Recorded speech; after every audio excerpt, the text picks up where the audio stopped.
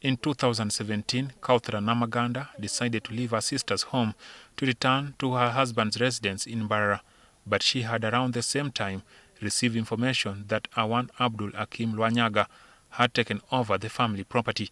She says Lwanyaga was hostile when he learned that she wanted to claim her husband's property.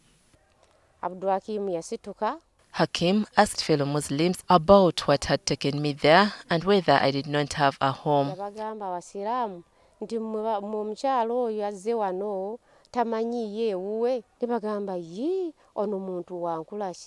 Many of those around were shocked by his attitude. However, when the two were ready to meet and talk about the property, Namaganda says Lwanyaga referred her to Nsubuga, who the family accuses of having masterminded their capture by ADF rebels. That house down there where you see, it is the one that they have constructed after breaking down our house. And then it is claimed that Lwanyaga told Namaganda that it was Nsubuga who would explain how the family property ended up in his hands. Namaganda says she eventually managed to contact Nsubuga on a phone and they agreed to meet at his residence on Salama Road in Kampala. When I told him about my interest in returning to my home, he wondered about how I would do that when I never bore a child. But I told him that was not important, and in any case, my daughter could maybe return. Secondly, I also asked him about where he had taken the land titles that he picked from my father, but he never responded to the question.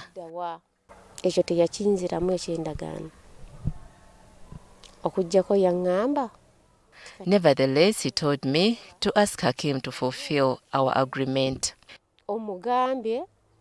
Lwanyaga is accused of threatening to deal with anyone who could claim ownership of the contested property. However, Namaganda found a temporary relief when she sought advice from the village leaders in Mbarara City. He told me that in no way would Hakim intimidate me because Kagezi was his secretary and all his receipts from the purchase of the plot and the land titles were in my custody. Namaganda made several rounds to claim the family property. Her surviving stepdaughters, who were now adults, also tried to claim the property. However, all along, the two sisters had never met Namaganda. Importantly, though, residents in the neighborhood would tell them about Namaganda's regular visits in the area, which helped them to link up with her 29 years later. They first had a telephone chat in July 2024 before linking up physically. I hardly believed that I got our mom's contact. I told her that I was Jalia Kagezi's daughter. My father gave me the name when he converted to Islam. I told her mom that we had been searching for her all those years. She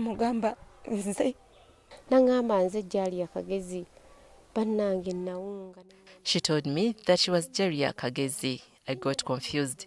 I asked her to repeat her name about 5 times. I asked about where she had got my phone number.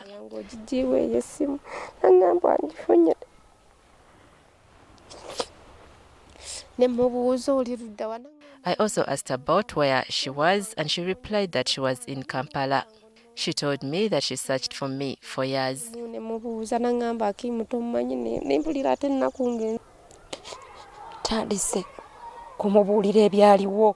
I told her that whenever I returned home, I couldn't find them. We were chased away by the people who took over our house. Whenever we asked them about the property, they would say that they had acquired it. Namaganda was dismayed that Nsubuga had repeatedly denied being in the know about her whereabouts whenever he was asked by Juliana Kagezi, the deceased daughter, whose name was changed to Jalia Kagezi after the father had converted to Islam. This confirmed to me that Issa had the intention of wiping out our family. I was well known to Issa because he was among those who picked me up from our home when I got married. It is then that I proved that Issa was an enemy.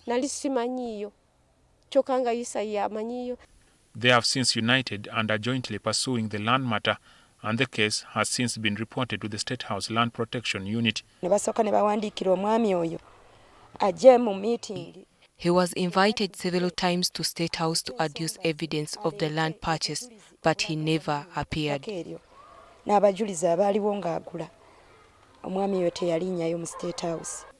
A fortnight ago, after the failure by Lwanyaga to respond to several summons in an attempt to iron out the land matter, security agencies arrested him. Nsubuga was also arrested on a separate occasion. The case is likely to end up in court. The State House they were guiding family to evict the suspect, the accused, and the RCC office said it cannot happen because they did not follow the right procedures of an eviction. And I also want to tell my colleagues that you cannot just come and evict people. Those who neighbor Kagezi's residence attest to the story of the family. Kagezi was a good Christian man who had you convinced to convert to Islam. That is how he was lured to join the rebels leading to his killing.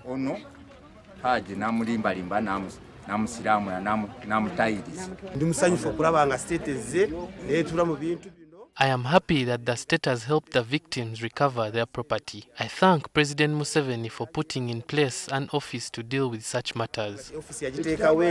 Kagezi's family is hopeful that they will finally recover what they claim rightly belongs to them. There are many other people who have been robbed by Issa, exposing them to an untold level of suffering. We want to thank the President for setting up such an office. Authorities are also investigating possible terrorism, given allegations that Kagezi, his wife and a child found themselves in the hands of ADF rebels in the Democratic Republic of Congo after they were allegedly lured by Issa Habibu Nsubuga. The accused had other issues to do with security, and that's why he was arrested. But he was not arrested on the land matter. He was arrested on the security ground and taken by judge, and we are yet to find out from the judge what they found out. Jackson Onyango, NTV.